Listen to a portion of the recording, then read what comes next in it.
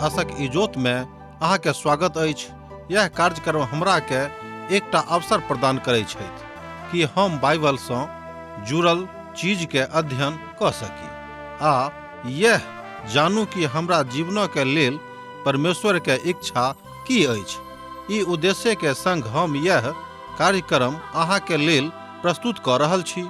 कृपया क देखू आ सुनू ताकि परमेश्वर अहाँ के जीवन के मार्गदर्शक ठहरे।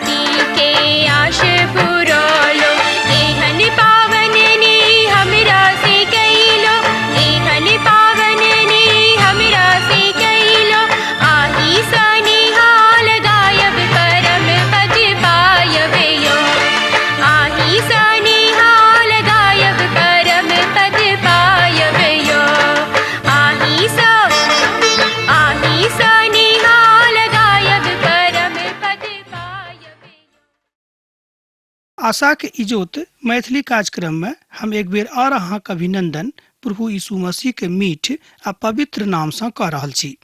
आजुक दिन हमरा सब प्रकाशन पोथी तकर 9 अध्याय 6 पद से ल क 18 पद का देखब।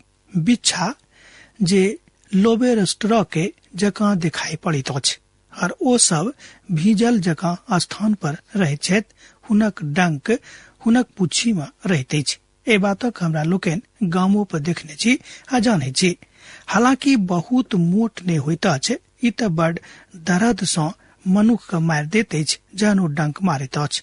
ओ डूबकल रहैत छथि और एहि तरहक तस्वीर त हमरा सबक देवल गेल छै ठाम।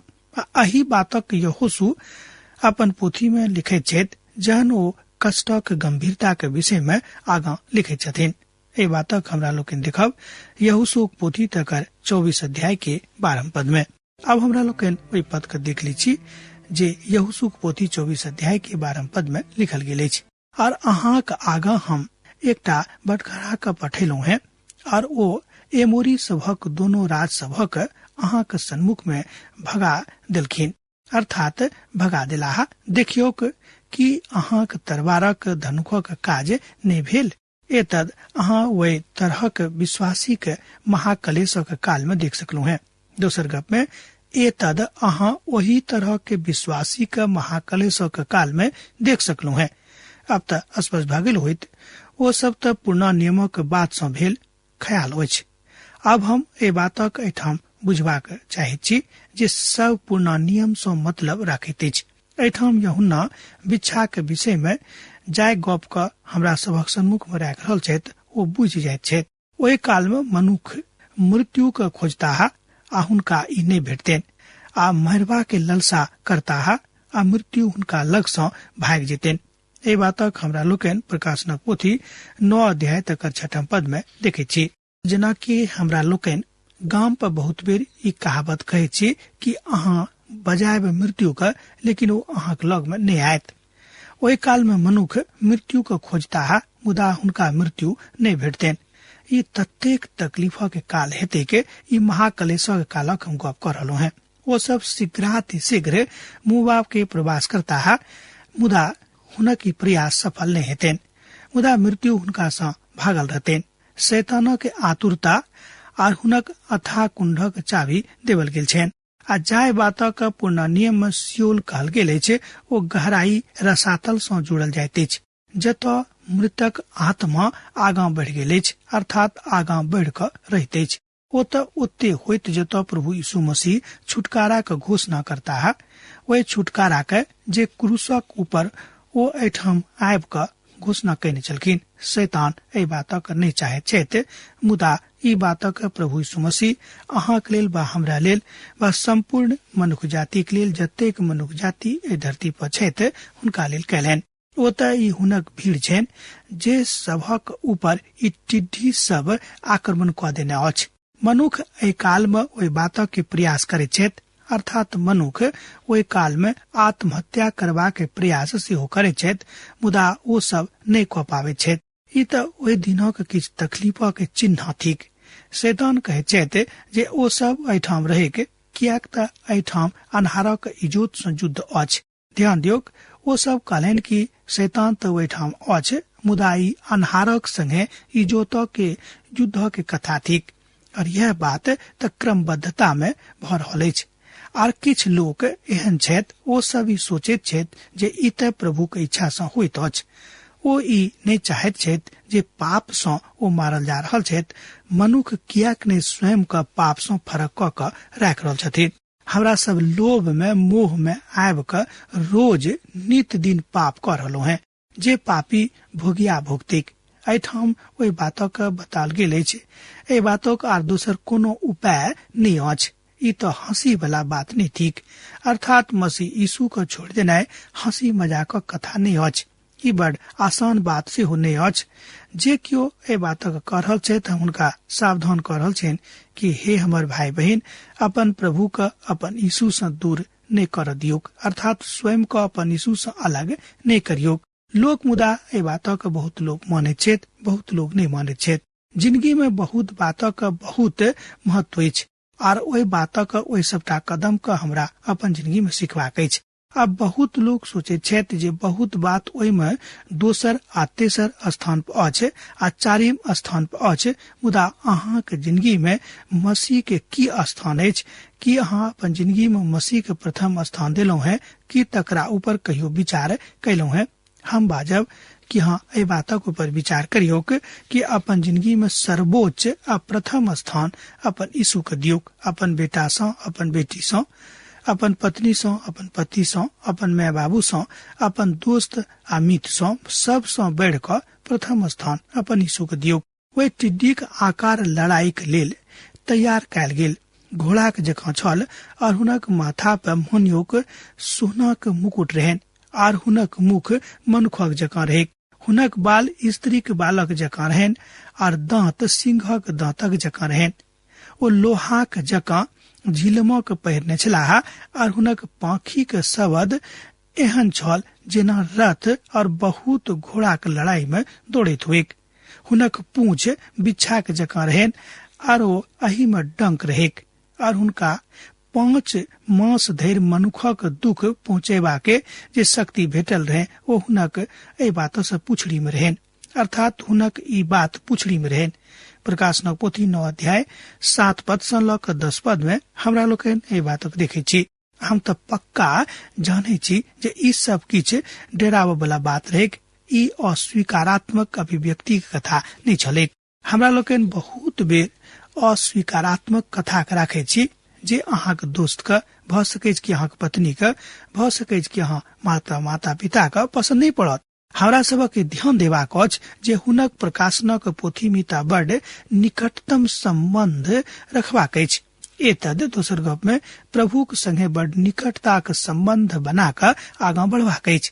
अभिव्यक्ति एहि बातक एहिठाम विचरण कऽ रहल अछि। टिड्डीक आकार घोड़ाक समानता में अछि, विशेष क के एकटा घोड़ा जे शस्त्र सँ भरल अछि।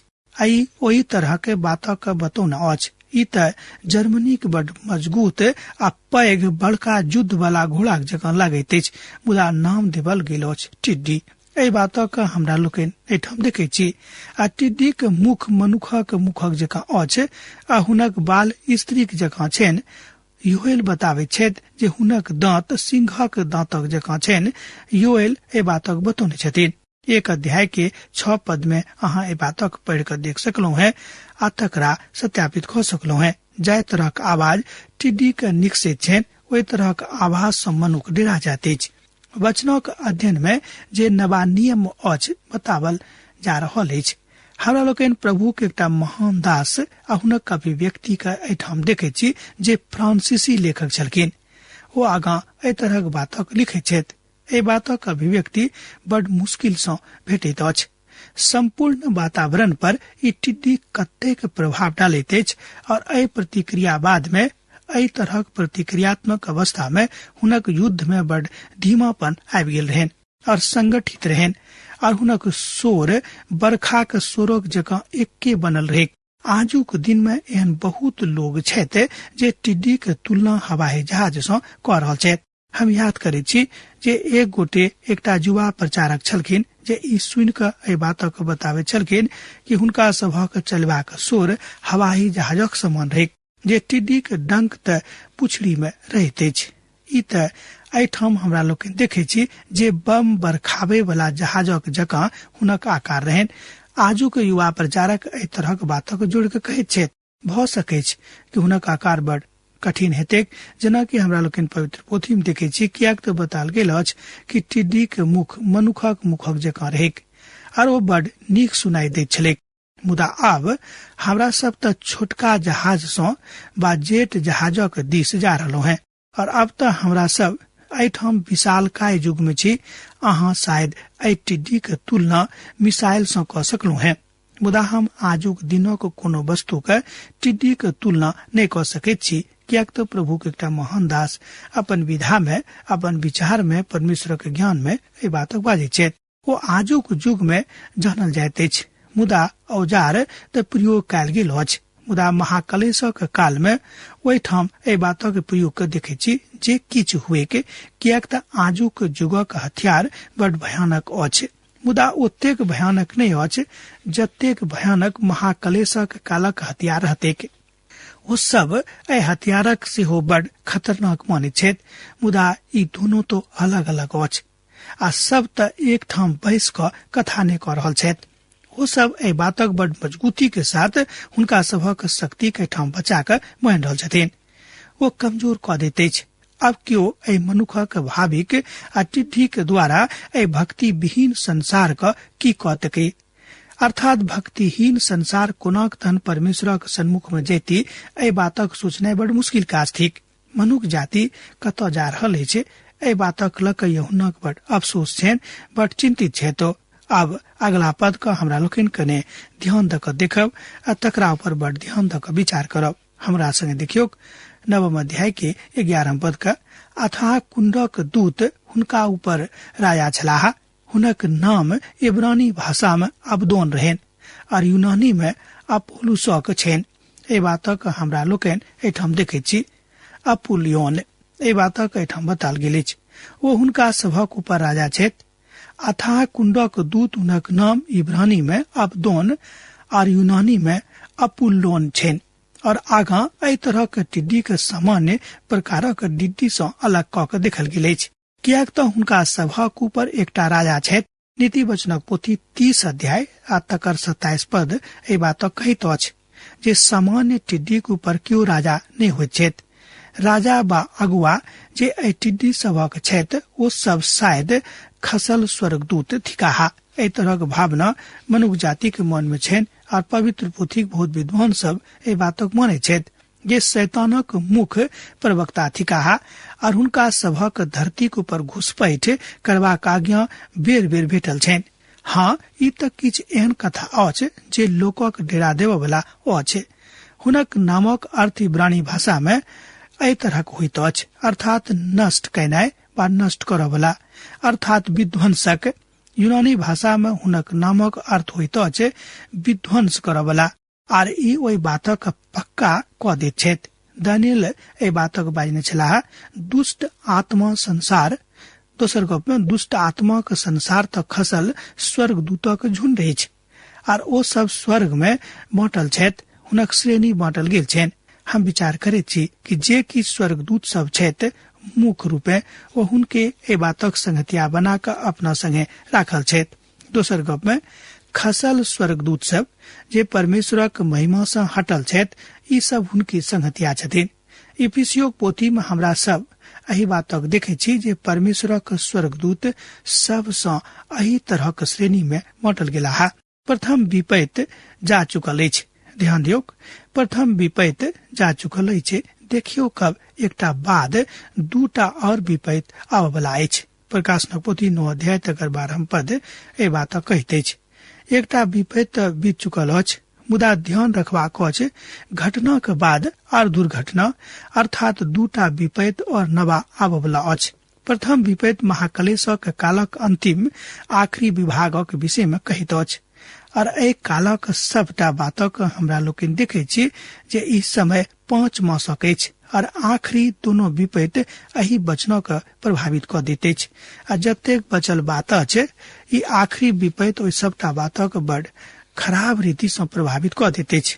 चेतौनी एहि बातक देवल जा रहल अछि आ चेतौनी एहि बातक दिस इशारा करैत अछि बा ठीक एहि काल में अबैया छथि। और दोसर तुरही एहि बातक प्रकट क दैत अछि जे खाली सामान्य एकटा चुनौती ई नहि थिक। छठम तुरही स्वर्गदूत सब फूकैत छथि आ तकरा नदी के लग में अयबाक विषय में कहै छथिन। आ जहन सातम स्वर्गदूत, ध्यान दियौ, आ जहन सातम स्वर्गदूत तुरही के फूकलाहा त सोना के कैदी अर्थात सेना के कैदी जे परमेश्वर के सन्मुख में अछि हुनक सिंह में सँ एहन शब्दक ओ सुनलहुं हैं। प्रकाशनक पोथी 9 अध्याय तकर 13 पद में एहि बातक बतावल गेल अछि।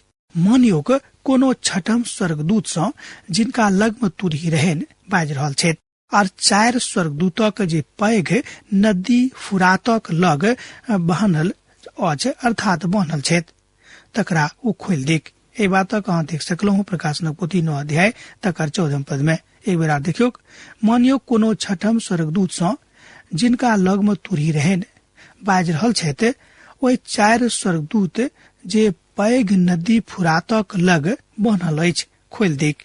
आब छठम स्वर्गदूत तुरही के बजौलाहा और हम एकटा सोर एठाम सोनाक सिंहासनक दिस आबैत सुनलहुं हैं।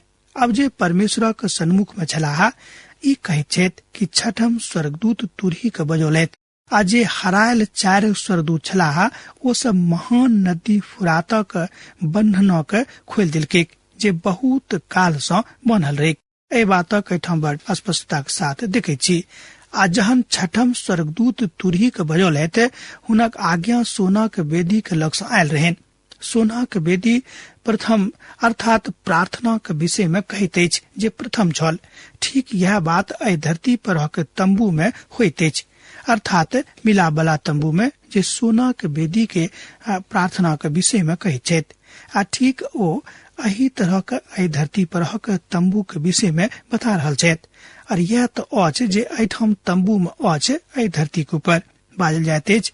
ई त ओ स्थान अछि जतऽ स्वर्गदूत तुरही बजाबै सँ पूर्व प्रार्थना करैत छथिन। प्रकाशनक पोथी तकर 8 अध्याय आ तकर 3 पद में हमरा लोकनि ई बातक देखने छलहुँ हैं। छठम स्वर्गदूत खाली तुरही के नहीं फूकैत छथि मुदा ई त आगां और किछ कऽ रहल छथि तकरा विषय में ठाम बताल गेल अछि। ई त 4 स्वर्गदूतक नदी के कछार पर सँ हवा के आज्ञा दऽ रहल छथि। ई त ओ स्थान अछि जतऽ सोना के तारा सिंह के विराजमान अछि। ई त प्रभु यीशु मसीह के वाणी छनि। ई त ओ छथि जे अखन सातम बातक लऽ कऽ अर्थात सातम मोहरक तुरही के बजला के साथे खोलि दैत छथि। और यह बात 7टा स्वर्गदूतक दिस लऽ जाइत अछि आ यह दुखक 7टा कटोरा के साथे सेहो जाइत अछि। आ ओ दूत सब जे बांधल छलाह अर्थात जे सब बंधन में छलाह ओ सब दुष्ट रहैत। आ जँ ओ सब बंधन में नहीं रहतैथ त ओ सब दुष्ट नहीं रहतैथ। ओ सब धरती के विनाशक लेल बाढ़क पठौने रहतैथ। ई बातक हमरा लोकनि एहिठाम देखै छी जे परमेश्वर एहि बातक कह रहल छथि जे धरती पर विनाशक ल अनेक ओ सब आन लोक सँ अलग कयल गेल छलाह। हम विश्वास करैत छी ई त हुनक अपराधक काजक कारणे भेलनि। दोसर गप में हम विश्वास करैत छी कि ई त हुनक अपराधक काजक कारणे भेल रहनि। ओ सब एहि बातक प्रभावित क दैत अछि। ई खास इफ्रातक प्रक्षेत्र में बनल गेल छलाह और पवित्र पोथी के प्रभावक कहियो नजरअंदाज नहीं कयल जा सकै छै, अर्थात छोड़ल नहीं जा सकै छै। शायद एही प्रक्षेत्र में कोनो अदनक गाछी छलैक। मनुखक पाप एहिठाम आरंभ भेल छलैक। हम संसारक प्रथम हत्या एहिठाम कयल गेल देखै छी। आ प्रथम लड़ाई संसार में एहिठाम लड़ल गेल रहेक। और यह त वह स्थान छल जतऽ बाढ़ आबि गेल रहेक और संपूर्ण धरती पर पसर गेल रहेक। ए बातक एहिठाम बड़ स्पष्टता के साथ पवित्र पोथी के महान व्याख्याता सब कहै छथिन। ई त यह स्थान छल जतऽ बाबुलक मीनार बनावल गेल रहेक। ई त वह प्रक्षेत्र छल जतऽ इस्राएली सब बेबीलोनक गुलामी में गेल छलाह। बेबीलोन त व्यभिचारक पहाड़ छल। और अब ठाम हमरा लोकनि महाकलेशक कालक आखिरी पापक विषय में जे बताओल गेल अछि देखै छी।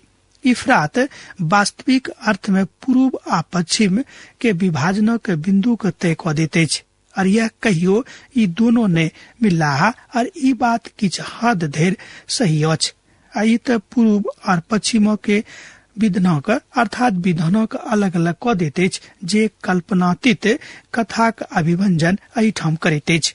अर्थात कल्पना के विभंजन में अहाँ एहि बातक देख सकलौ हैं। मुदा ई महंगा जा रहल छथि। ई त निप्तोलिनो में छलाह जे अभिव्यक्ति क देने रहैत। 3 एकटा सूतल दैत्य अछि आ ई त परमेश्वर छथि जे सब जागल अवस्था में रहै छथिन। बड़ बढ़िया। हम तो हुनका जगह क राखि सकैत छी और वो आजुक युग में जीवित छथि। अर्थात हमरा लोकनि देखै छी जे चीन संसारक 1/4 जनसंख्या राखैत अछि। आ जो पूर्व सँ जनसंख्या के मिला लेवल जायत त ई बड़ अर्थात 4 स्थानक अकेले घेर कर राखि लेतै। अर्थात एहिठाम हमरा लोकनि जे फुरात नदी के विभाजनक क दैत अछि। हमर मित्रवर एक दिन कहियो ई संभव अछि। एमहर उम्हर मनुख भ जेतैक। एहिमे कोनो शक नहि, एहिमे कोनो संदेह नहि, एहिमे कोनो एमहर उम्हर ल जाबऽ वाला कथा नहि। सिकंदर महान एही उपनिवेशक कहियो अपना संरक्षण में ल लेने छलाह। आ जतऽ एहिठाम अर्थात अहाँ बाजि सकै छी कि जतऽ धरि ओ सब उज्जर मनुखक बात अछि ओ त अब समाप्ति के दिस जा रहल छलाह। मुदा सब प्रकार के बातक लक एहिठाम जे उपनिवेश विधा में मनुख काज केनाइ आरंभ केने छलाह, एखनो एहि धरती पर एहि बातक के पदचिन्ह अछि जकरा इतिहासकार सब अपन अपन पोथी में लिख क बतौने छथि कि एहि धरती पर अहू तरहक घटना घटल छलैक। ओ सबटा घुरा क अब हुनका लग आनै छथि। ई स्वर्गदूत एहन छथि जे एहिठाम संसारक पकड़ क राखने अछि। जकरिया बेबीलोनक आखिरी झूठा धर्मक प्रदेश के रूप में देखैत छथि। देखियो जकरिया पोथी तकर 5 अध्याय का ई त वह स्थान है जतऽ शैतान अपन काज का कैने छलखिन और अपन काजों का बढ़ौने छलखिन। आखिरी गतिविधि के कार्य रूप प्रदान वही ठाम करता है। वही 4 दूतों को खोल देवल गेले।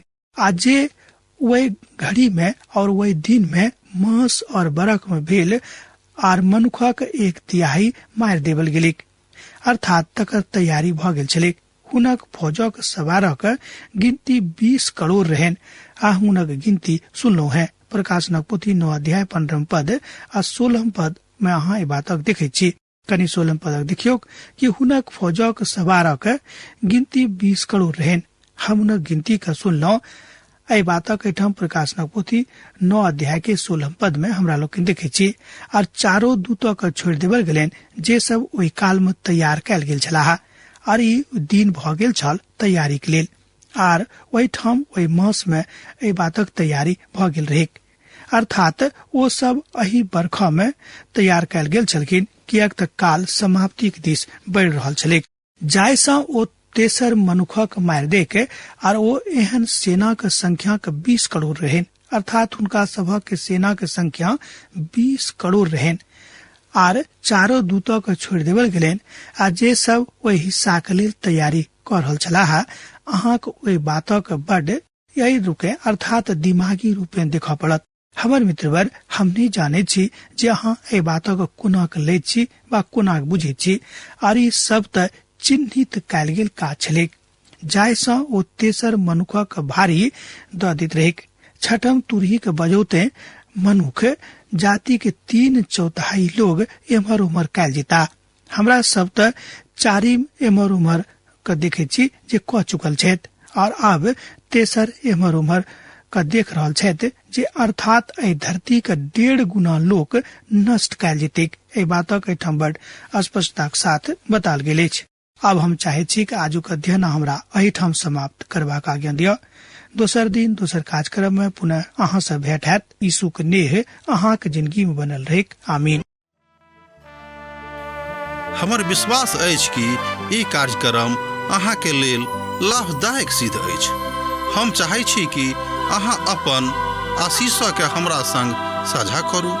जँ अहाँ के नजीक बाइबल से आ जीवनों से संबंधित कोनो प्रकार के प्रश्न भ सकै अछि तो अपन समस्या के लेल प्रार्थना करबा के लेल जँ चाहै छी तो हमरा फोन नंबर पर जरूर संपर्क क सकै छी। परमेश्वर अहाँ सब के लेल एकटा सुंदर, सुखद, आनंदित दिन प्रदान करैक।